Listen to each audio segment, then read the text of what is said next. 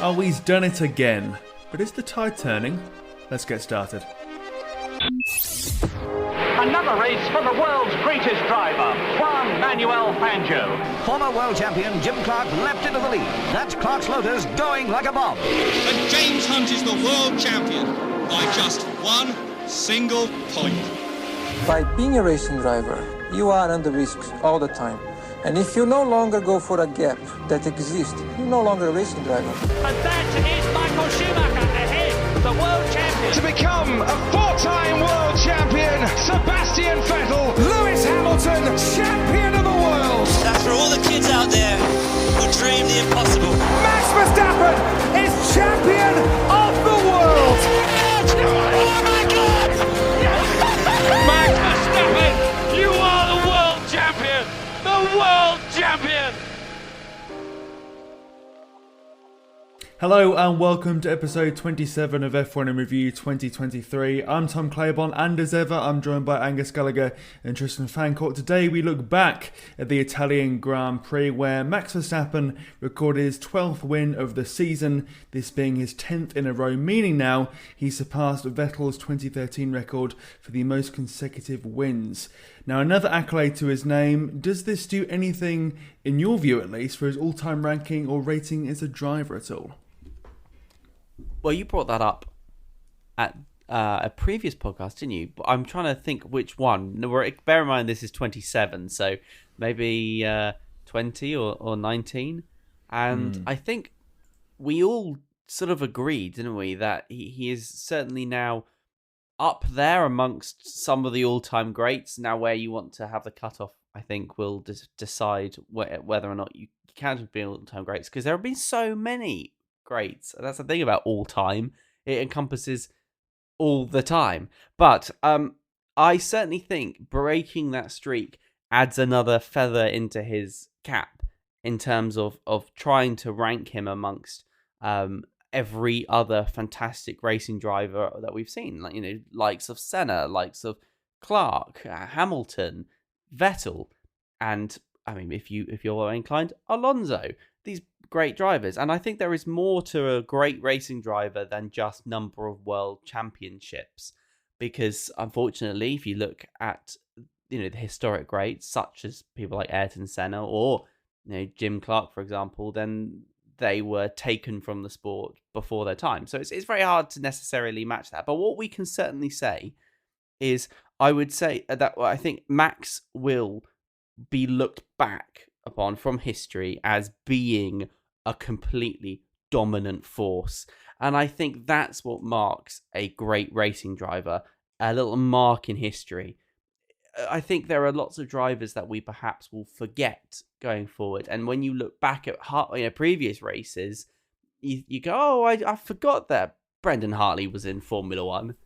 Well, no one's going to forget the Max Verstappen dominant years. And so all I can say really is there is no doubt now in my mind that we will remember Max, and Max will have made his mark on the sport, and that puts him in a very unique place. I guess now the question is, how many world championships is the great Max Verstappen, racing driver extraordinaire, 10 wins in a row, going to get to his name? Because Max said this weekend that he's not in it for 7 world championships in a row or to be racing till he's 40. So there is a possibility, Tom, that the great Max Verstappen, perhaps one of the greatest of all time, may walk away from the sport before he could potentially reach his, should we say, maximum potential. Oui. He just might go, that's it. I was brilliant. Off I go now. Bye. Yeah, he's record breaker. He is, obviously. But I'd say that I maintain based on last week that this record, I don't care what car you're driving, whether you're driving the most dominant car in Formula 1 history or you're driving an inferior car, to win 10 races in a row is extraordinary. And at the end of the day, I think I'm right in saying that Michael Schumacher never won 9 races in a row, let alone 10. Only Sebastian Vettel won 9 races in a row. Alberto Ascari won 9 Grand Prix in a row in the 1950s, but he didn't turn up for the Indianapolis 500 because it was in America and he couldn't get there. So that's a bit of a technicality with that one.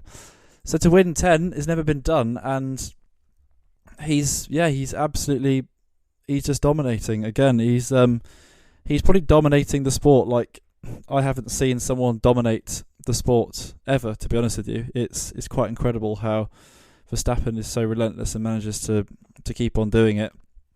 He had a bit of a fight on his hands this weekend, didn't he? He had some actual competition for a little bit until lap 15 when he overtook the Ferrari. But he had a stern test from the Ferraris, definitely. But he drove the race so well. It's so easy in that situation to fluff the start, be behind both Ferraris, and all of a sudden they're in the driving seat when it comes to strategy, which actually, to think about it, is probably not a good thing, knowing Ferrari's reputation with that.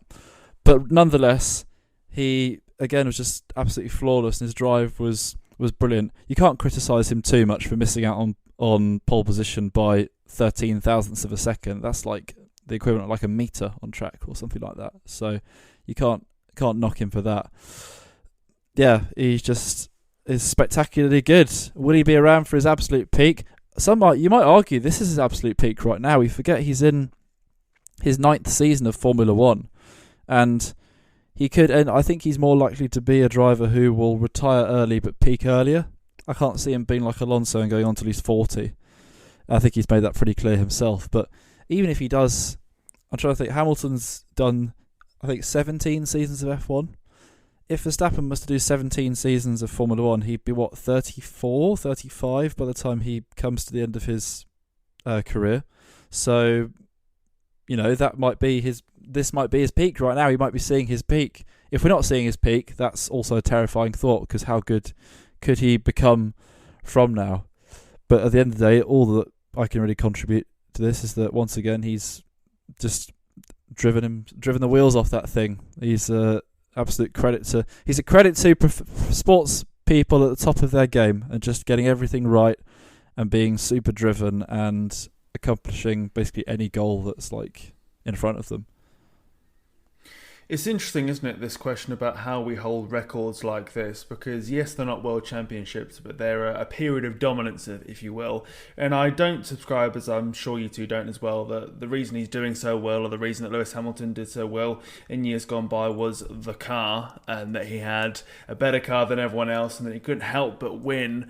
Such was the technology at his disposal. But it seems that not everybody holds this accolade, this record, if you will, in such high regard as we do, because Mercedes' Toto Wolff said that the record is completely irrelevant, saying it was completely irrelevant if Mercedes were to go and get it, anyone were to get it, which I don't want to say is a bit of sour grapes, bit of bitterness, something like that, because Hamilton, we know, was nowhere near this record.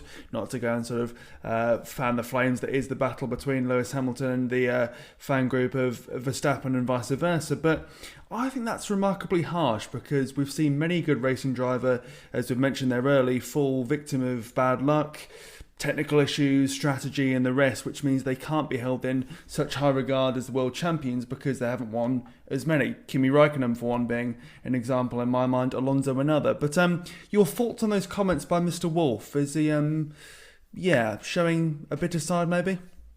It reminds me a bit of the other comments that came out at the weekend, which I'm going to say that I don't like the current media trend of Chinese whisperings between drivers. And what I mean by that is Lewis Hamilton was being interviewed, and there was a conversation about teammates, and Lewis said, Max just hasn't ever had a teammate that's been as fast as him. And of course then the media person will go over to Max and they go, Max, Lewis Hamilton just said that you've never had a teammate that's as fast as you. What do you think of that? And of course, then you get this aggravation. So, yeah, I think we need to try and avoid fanning the flames of what can be media sensationalism a little bit. But it does kind of roll into that comment a little bit, Tom. And that's where I was going with that, really, because I kind of agree with Hamilton's comments a little bit, in that I think if Max had another sort of Max against him, I think it would be slightly harder for him to have achieved 10 in a row. And certainly Perez has never been up that level. I wonder if you look back at, let's say, the complete domination between Hamilton and Rosberg, whether or not Hamilton would have been able to get to 10 in a row then. My gut feeling is if things were equal with second drivers, probably I would agree with Hamilton a little bit that Mercedes has sort of picked stronger second drivers than Red Bull has, which may be a credit to the Mercedes pool of drivers they can pick, but also maybe a credit to Red Bull from, completely throwing everything into one driver, knowing that they are brilliant. So I think it's one of those interesting awards where it kind of not only tells you something about the driver who's achieved it, but I think maybe it does also tell you about the caliber of the other driver.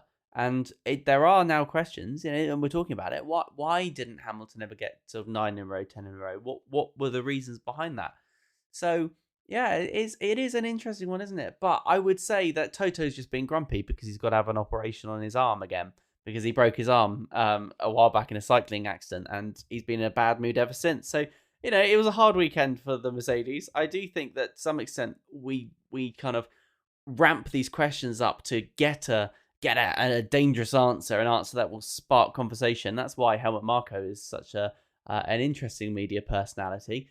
Whenever Red Bull let him out of his corner to face the media again, and so I do think that part of it may just be grumpy Toto being, sort of having a leading question, and part of it may also be tied to the fact that Red Bull's just not got as dominant second driver as perhaps Mercedes has had, in fact that we've had Rosberg and we've had Bottas, who were two exceptionally fast drivers in their day.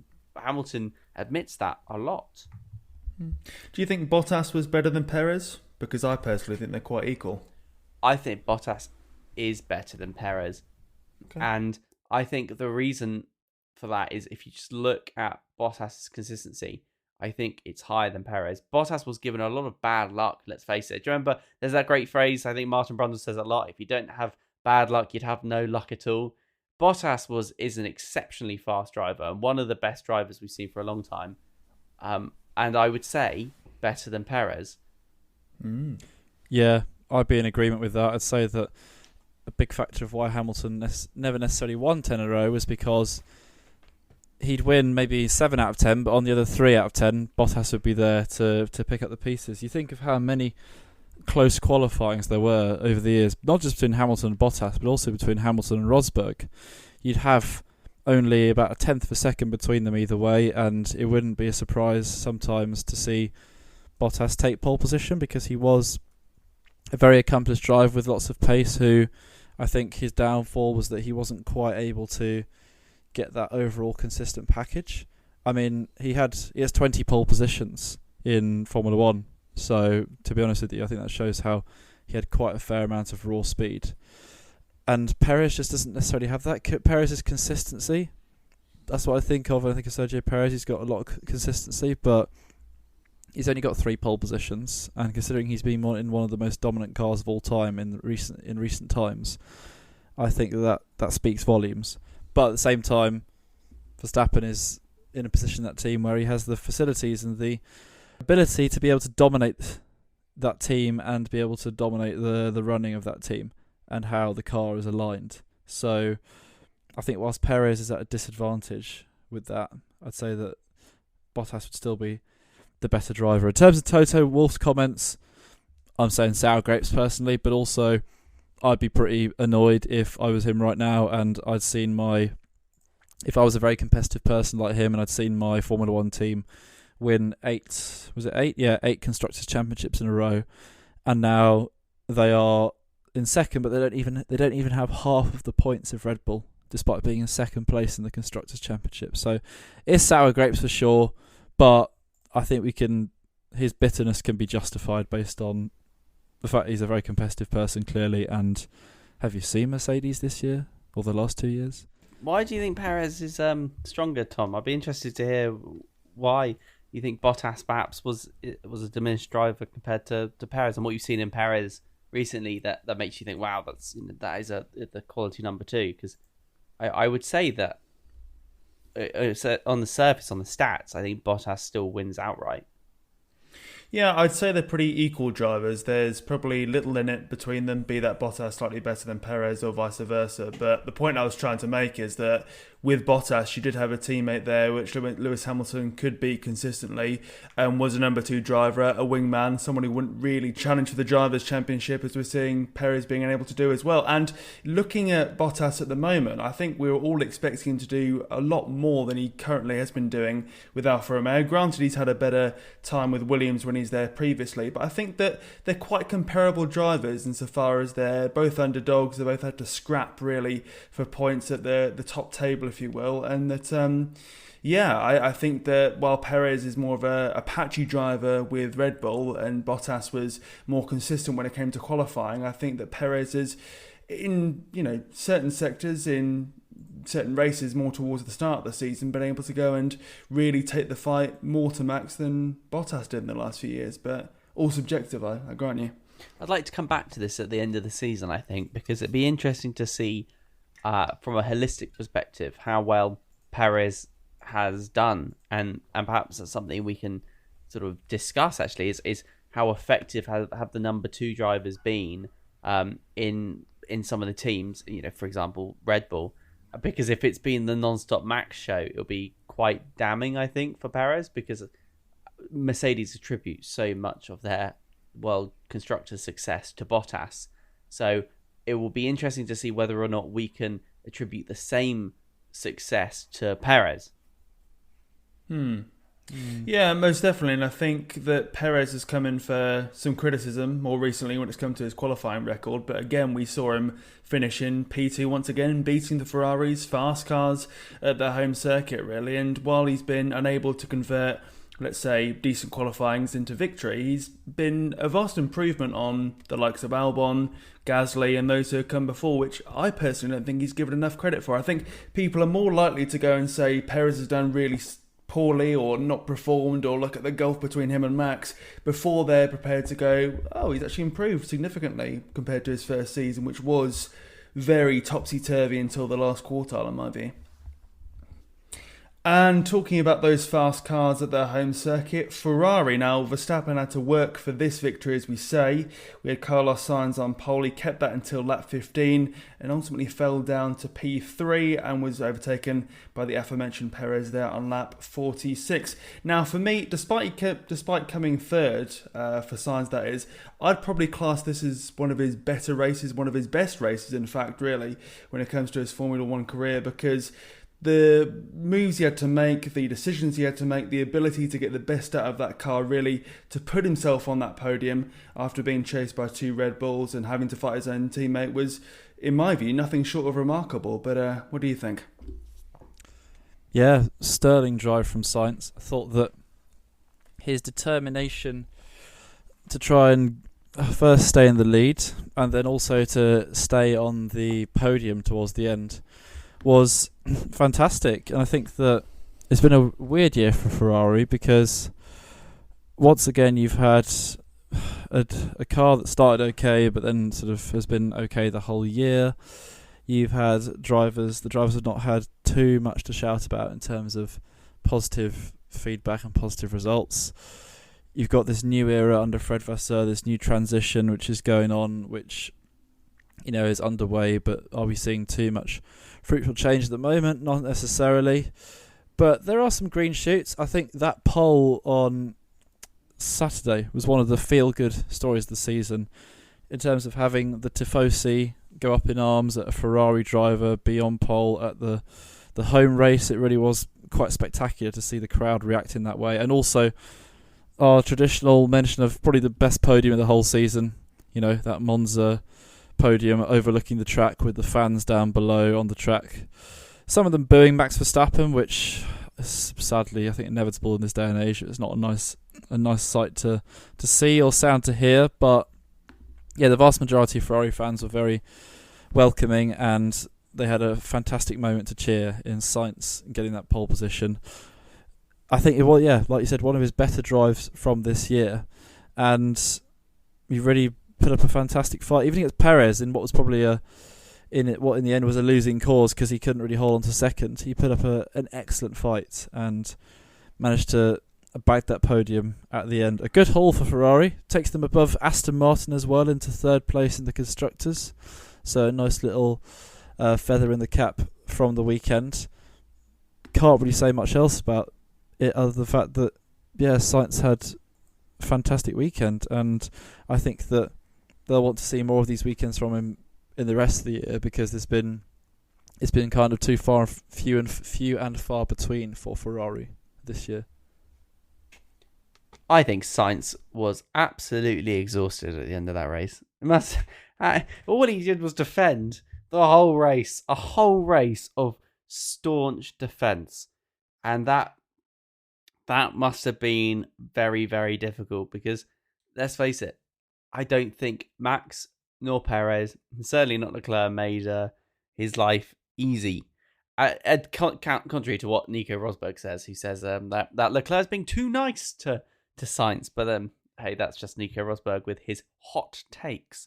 But it is funny, isn't it, how Ferrari really set themselves up well for success, and I think they got out from the race everything that they were probably going to, and I think that's the harsh reality of where Ferrari are this weekend, and that's hard for Ferrari fans to hear. I think.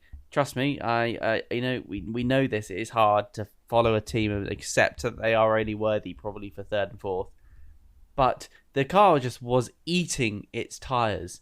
They were degrading so fast.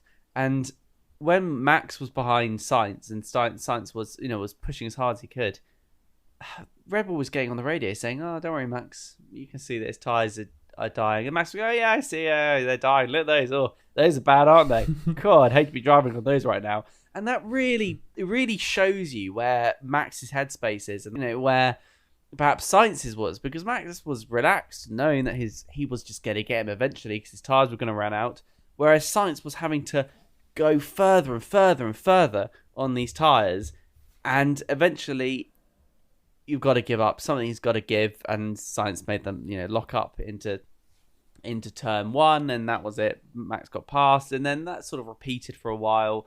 I think we saw flutterings of success from Ferrari in an incredible pole position lap. Fantastic. Did you enjoy the interview after the qualifying and the definitely not biased interviewer who was so funny? If you haven't seen that interview, just go back. It's really funny because he's basically like, "Oh, Max, you didn't get pole. How will you deal with this crushing loss?" That sort of thing. This absolute failure here. Will you cry? I think I see tears. That sort of thing. I was like, my God, lay down a bit. Calm down. Max is going to get him tomorrow, and he did. So yeah, I think, but we can come out of this knowing that Ferrari certainly have taken a little step forward. Didn't quite get what they wanted, but I think what we saw from Sainz was an incredible drive. But I think what Ferrari need to deliver is a little bit more driver management, because do you think it was right for Fred Vasseur to let them fight and to give them weird messages such as "no risk, we race to the end"? No, would be the answer to that, but it's nothing new in my view. I mean, look back at Silverstone, for example, where you had Ferrari having a gift wrap victory for one of their drivers. You'd have thought Sainz, really, with how well he was doing last season. But once again, you had that vague ambiguity about how they were meant to do things and when to give positions to another and when to attack and when to leave, etc., etc. It's unfortunately the same old problems despite this Fred Vasseur revolution/reform that's going on at the moment. And I go further as well. I think really that once Verstappen overtook Sainz, Ferrari typically froze again, because you had Sainz in P2, Leclerc in P3. You thought to yourself, well, Sainz's tyres are done. We hear they're done. We can see they're done because he locked up just before he was overtaken. So why not go and pit him earlier than the 5 laps later than they did? Leclerc then going into P2. You've not really lost too much. But again, no action was action in many ways, and I think that if they'd have been a bit more cute and savvy, they could have had a better chance at P2. Not to say they would have got that, but I think once again we're seeing the same old problems after a good qualifying and a fast car really at a speed circuit. Interesting from Fred Vasseur, like you say. No risk, we raced to the end. What? Excuse me? It's like being on a motorway and saying, slow down, now go for the gap. Or slow down, go in the fast lane. It's kind of doesn't really make sense. But to be honest, I'm going to look at this from the romantic point of view. I think it was a lovely way to get the crowd involved and get the spectators on side. They had a fight. It produced some great entertainment on that last lap. Ignore the fact that both drivers were locking up going into turn one, which isn't always ideal. It was great entertainment, and you had some fantastic footage to show for the archives, and you had what concluded a decent race with some great action right at the end. So I'm in favour personally. Of course, if it's your favourite team which is doing it, you're probably not in favour, but it was Ferrari and they're not my favourite team, so I was fully behind it. I think it was just symptomatic of some strategy decisions that were a bit incorrect. Like, for example, what did you think of Ferrari's decision not to pit Sainz once his tyres were falling off and going an extra 2 laps, giving Max another 4 seconds? Because surely it was the obvious incoming undercut, and they just ignored it. I mean, it's Ferrari, isn't it? With their strategy, you can't really trust them too much. But also, I think I alluded to it earlier in terms of the way that Ferrari was going to win this race was going to be from both of them having a good start. So Sainz obviously did his job. He cut across into turn one, stopped Verstappen from moving across into the lead.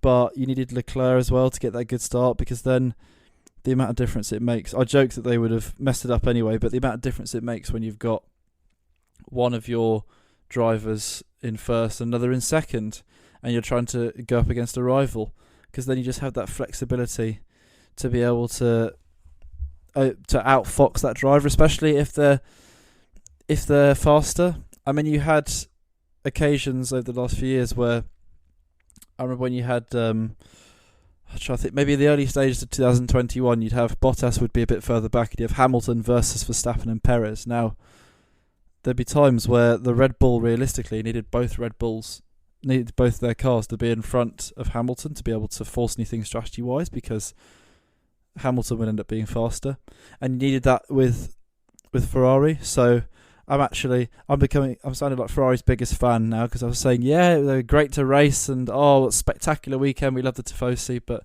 I'm going to say, yeah, you know what, don't mind them doing what they did, because realistically, they're up against the Formula One version of the Terminator in Mr. Verstappen, so they needed a lot on their side to be able to overcome him, and the fact they couldn't quite get both cars in front to give them more favourable strategy, you know what, it's unfortunate, but I think that things were against them in terms of getting the victory. I think it would have taken I still genuinely think it does take a retirement for Verstappen to lose a race at this point. Like, he is on that much of a crest of a wave.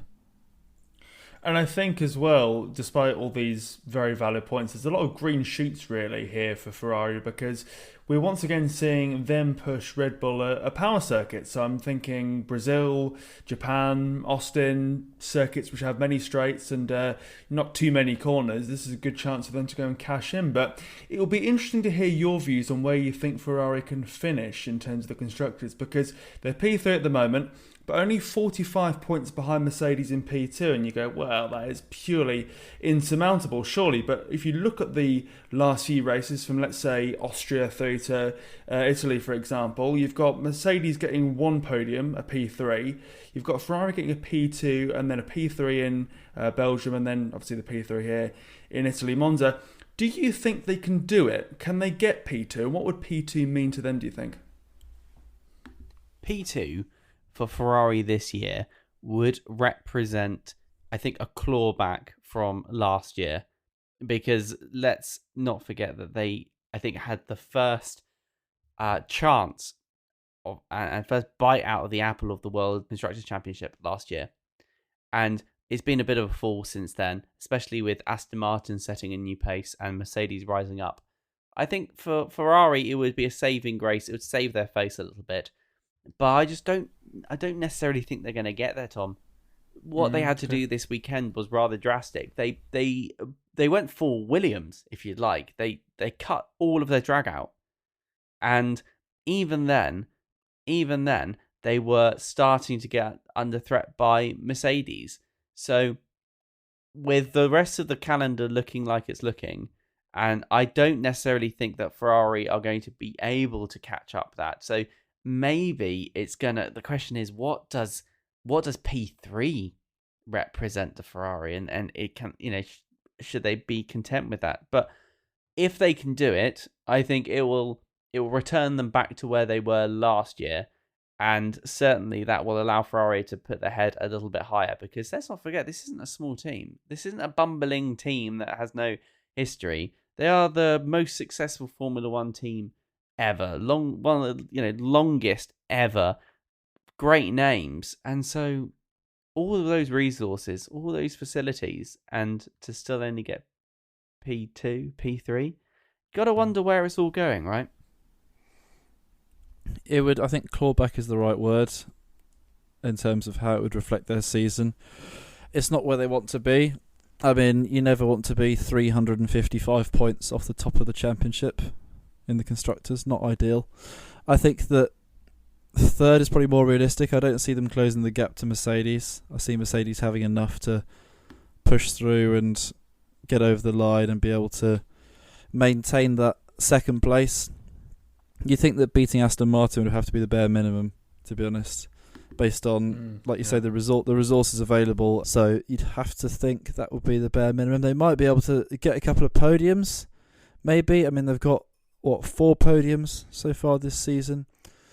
3 pole positions if you include the one that was granted to Leclerc in Belgium due to grid drops for Verstappen.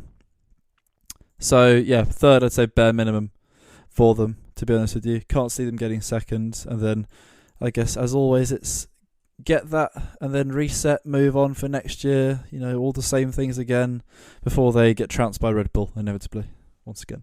And what about you, Tom, though? Well, what do you think this means for Ferrari? I mean, unfortunately, none of us are staunch Ferrari fans. Instead, we decide to support other painful teams instead. Tom, you are a Haas fan, myself, McLaren, and boy. Angus at the moment a Mercedes fan, which must be weird, feeling like this. But what do you think it means to the Tifosi if it got to P2? Because is it enough for the passionate Italians? I think P2 would be like winning the Constructors, quite frankly, looking at how poor they have been in some races this season and how sort of cut adrift they have been from both Mercedes and Red Bull. I think, to answer my own question, they've given themselves a fighting chance. 45 points isn't insurmountable at all. Of course, 2 race wins, give or take.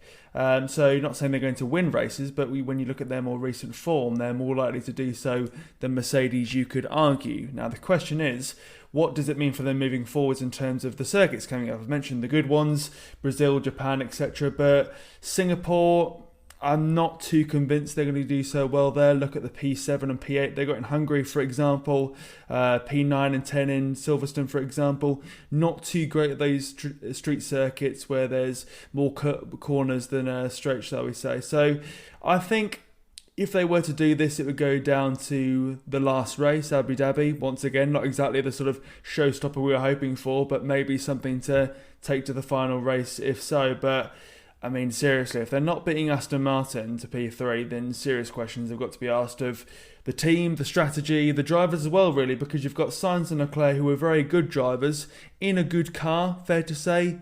Not an amazing car, but as we see, one that can get on the podium on its own merit, one that has the straight line speed, the qualifying pace to get P1 in its day as well.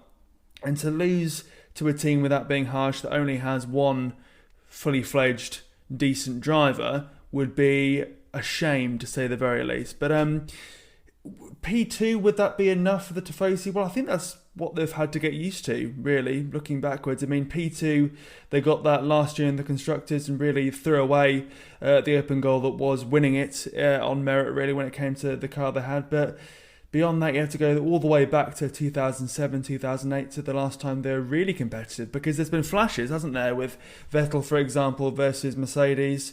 But aside from that, there's not really been a serious, fully fledged attack on P1 of either the Drivers' or Constructors' Championship. So P2 would be like, well, the biggest comeback since Istanbul, if to use a footballing analogy.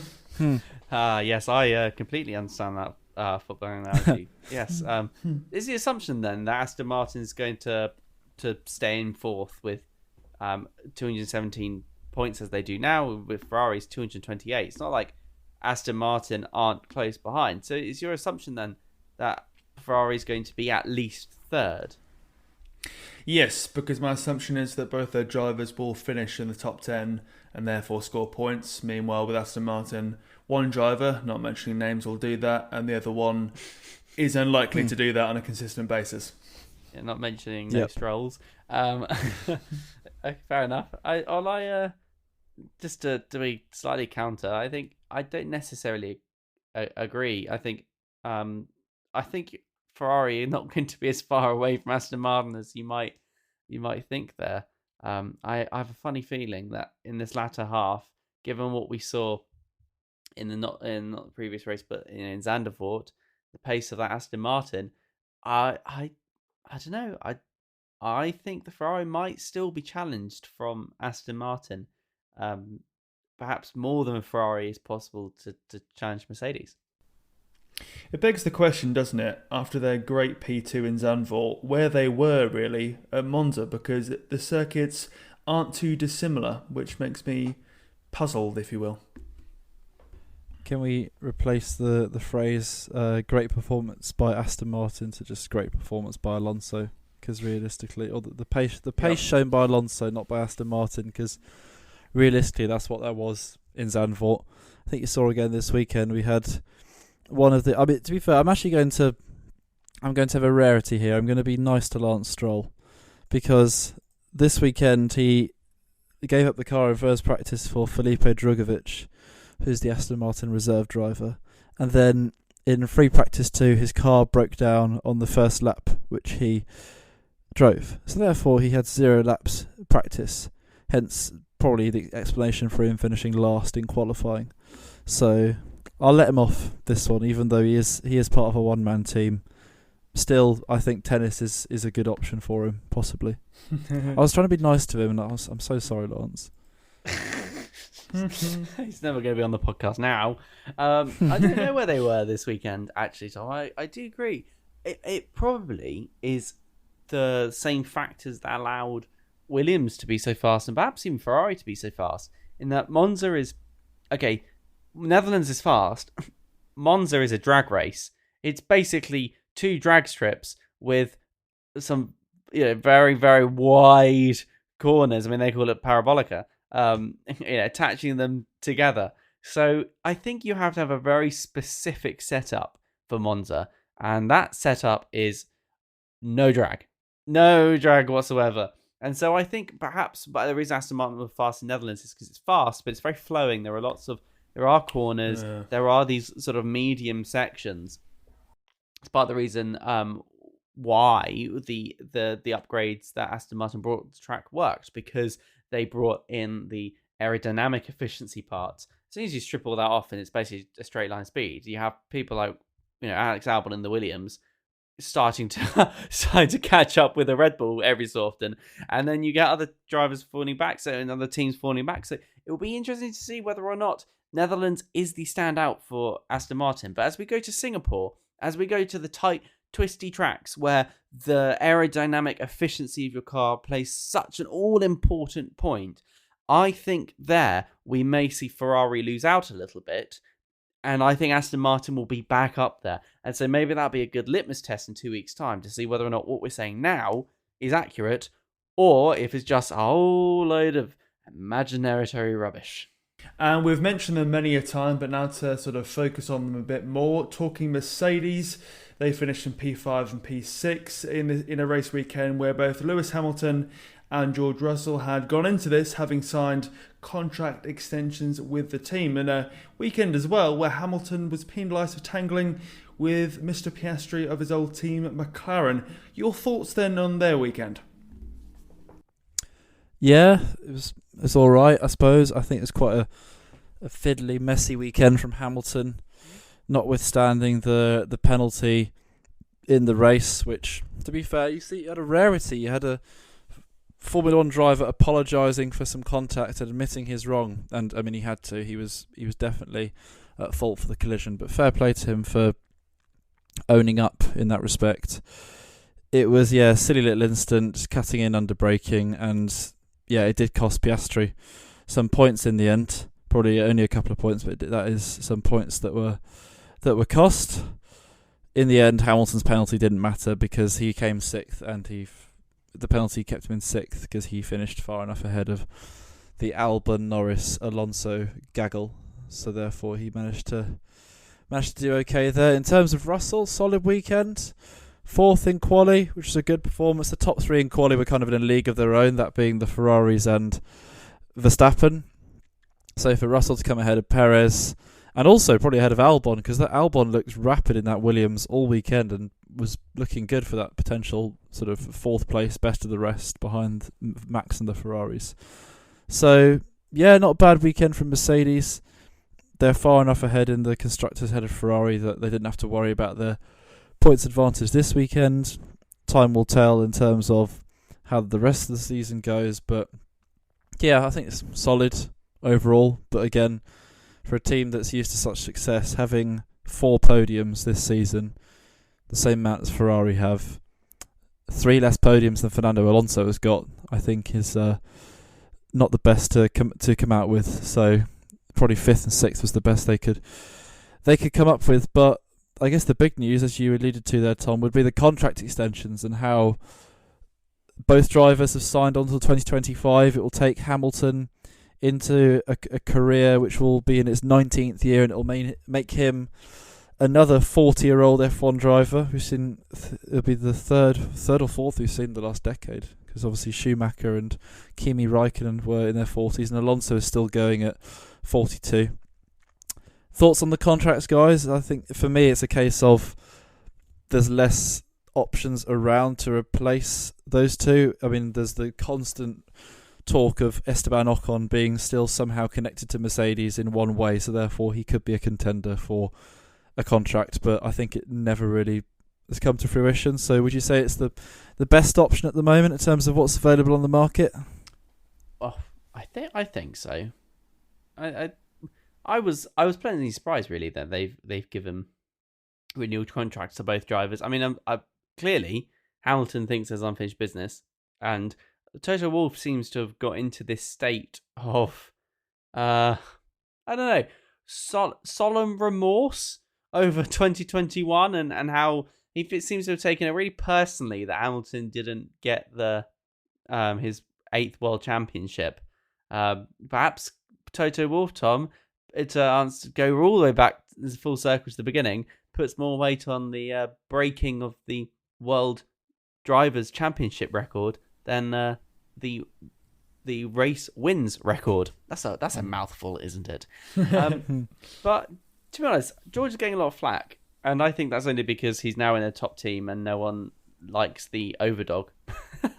And everyone liked George when he was coming up through the ranks, and I think he's getting a lot of flack at the moment for I don't know really, being the same driver I think we've seen all the way through. But to be honest, I think Mercedes are really happy with them both, and I really enjoyed this weekend. I thought it was really nice to see Hamilton fighting and with Piastri. Yes, there was that collision, and there has been a lot of aggravation, especially on the social medias, about Hamilton's collision. But Hamilton sort of said it best himself. He said, "I made a mistake. I apologise to Piastri." And that's all you really need to know about the driver. That's all you need to know about the incident. Hamilton cocked up. He made a mistake. Yes, there was consequences to Piastri, but that was dealt with on the track, and then subsequently apologised to Hamilton off the track. So think we can all move on, and Piastri's moved on as well. So I think the rest of us who are not driving the cars, not losing out on world the drivers' points, can move on too. So, but looking at the Mercedes team, they are strong, they're stable, they've got a great current driver in Hamilton that's been there for a very, very long time. It's got incredible racing prowess and many races under his belt. And then they've got George, their future driver, who will be driving, I suspect, for Mercedes once Hamilton eventually retires out of the sport with either 8 or 9 world championships or just his current incredible 7th. But there is no one at the moment that I would say, yes, they should be in Mercedes as opposed to Hamilton and Russell. They're not doing a bad job, I don't think. Mm-hmm. Yeah, I think this was the only option for both the drivers and the team, really, because why on earth would Hamilton go to Red Bull or Ferrari if the option was there? I don't see why he'd do that. Obviously, George Russell has put his load in with Mercedes, and to go and jump ship now at the first sign of trouble would be telling of his poor character, which he doesn't seem to have, thankfully. And moreover, as well, with the team, why would they go and replace what is one of the best drivers of all time, at least in the modern era, Lewis Hamilton, with somebody else, and indeed get rid of the next big thing, somebody they've been nurturing for many a year? It would make no sense at all. I mean, the only person I could think of to perhaps come in would be someone like Lando Norris, but he's tied in with McLaren. There's talk of Red Bull obviously sniffing around him as well, so maybe he's looking elsewhere. All hypothetical, of course, but I'm glad to see that Hamilton's staying on, first of all. Glad to see that these two drivers are continuing to do so well together, play nicely and build towards what will hopefully be a better car next season for Mercedes after 2 years of stagnation, really. And I think that the finish of P5 and 6 really surmises where they are at the moment. Nearly good on a good day, but average on most days, unfortunately. And I think that's why they could be vulnerable to Ferrari moving forwards. But I'm sorry, I can't not talk about that prang between Hamilton and Piastri. The fact he was only given 5 seconds of physical contact, ending Piastri's hope of points. Meanwhile, I'll take you back to that example again. Tsunoda being squeezed off, or rather squeezing off Zhou and then getting a 5-second penalty for that as well. In my eyes, that's absolutely ludicrous that Hamilton wasn't given 10 seconds or indeed more, because owing to the car he had and how well he did, he was able to essentially alleviate the small penalty he got. Meanwhile, Piastri, in their hope of points, was done and dusted. But once again, I'm prone to all these sort of rants, if you will, but am I going a bit too far again? I'd agree. Usually, I think, Tom, we come to loggerheads about these sort of things. But I do actually agree in this particular instant. Hamilton moved over, hit Piastri when Piastri was clearly alongside and clearly in his own space, and significantly impacted his race and basically gave Piastri a stop-go penalty. 5 seconds for that? Yeah, not great. But it is a bit interesting, isn't it, how these penalties scale, because there isn't a clear cutoff for when it's a 5 seconds into a 10 seconds, I don't think. And that's a consistent nature of the sport. In fact, maybe we can say that the only thing consistent about Formula One penalties is their inconsistency. So yeah, I agree. I think it should have been at least 10 seconds.